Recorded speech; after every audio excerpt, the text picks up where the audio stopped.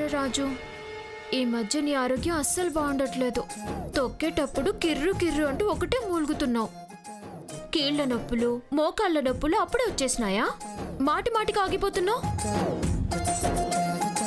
నడుము నొప్పెడుతున్నదా? పాదాలు కూడా బాగా అరిగిపోయినట్టున్నాయి. స్టాండ్ వేసిన నిలబడలేకపోతున్నావంటే కాళ్ళల్లో సత్తువ సన్నకిల్లినట్టున్నది. గొంతు కూడా టంగ్ టంగ్ మని పలకట్లేదు పాపం.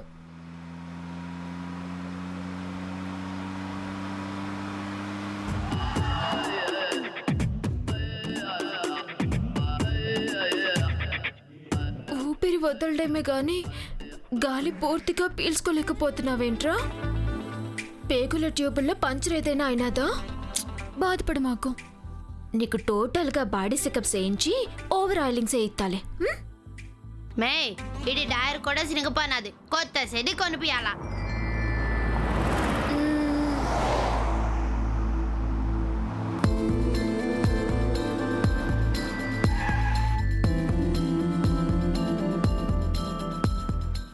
ఏంటో భూమి కోసం హాస్టల్కి వెళ్దాం అనుకున్నప్పటి నుంచి దారిలో ఎవరిని చూసినా భూమి ఇలాగే కనబడుతున్నారు.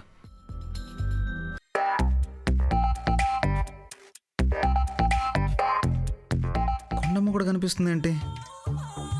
అయితే భ్రమ కాదనమాట. ఇవాళ ఎలాగైనా లవ్ ప్రపోజ్ చేయాలని బయలుదేరాను భూమి. హాస్టల్లో అయితే వాటంతో ప్రాబ్లం అయ్యేది. ఇప్పుడైతే ఏ ప్రాబ్లమూ లేదు. హ్యాపీగా దర్జాగా ధైర్యంగా ఐ లవ్ యూ అని చెప్పేయచ్చు. కానీ ఎలా? ఒక 2 రోజు ఉంటే ఎంత బాగుండేది. ఒకే షాప్ ఎక్కడ ఉంటుందబ్బా?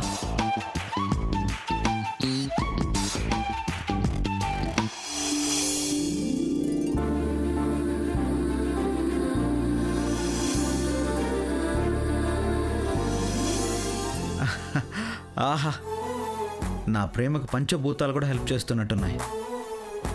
లవ్ ప్రపోజ్ చేయాలనుకోగానే లవ్ సింబల్ కనిపించిందంటే భూమి గ్రీన్ సిగ్నల్ ఇచ్చేస్తుంది అన్నమాట. పర్వాలేదారా, మీ అభిప్రాయం ఏమిటో కనుక్కోవాలని పిలిచాను. అందులోనూ విరాట్ అంటే నాకు ప్రత్యేకమైన అభిమానం కూడా ఉండటంతో మధ్యవర్తి ద్వారా అడిగించాల్సిన విషయం నేనే తొందరపడి అడిగేశాను. నువ్విలా మా మొహం మీదే కుదరదని చెప్తావని అస్సలు ఊహించలేదు.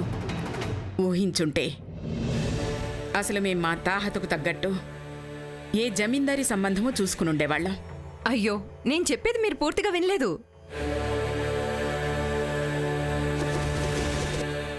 అవసరం లేదు. అనాల్సిన మాట నువ్వన్నావు, వినాల్సిన మాట మేం విన్నాం. లెక్క సరిపోయింది. వెళ్ళిరా తారా.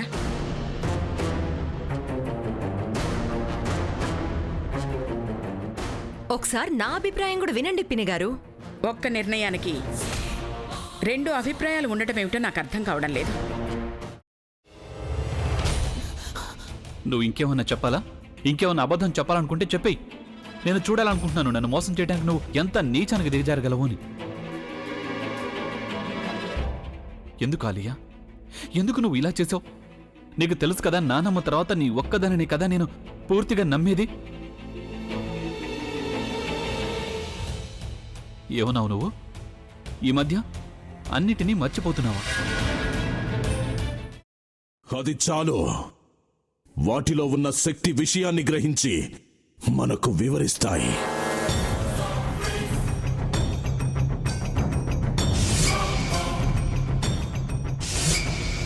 ఎవరు ఆ దండ విప్పొద్దు, గది తలుపులు తెరవద్దు.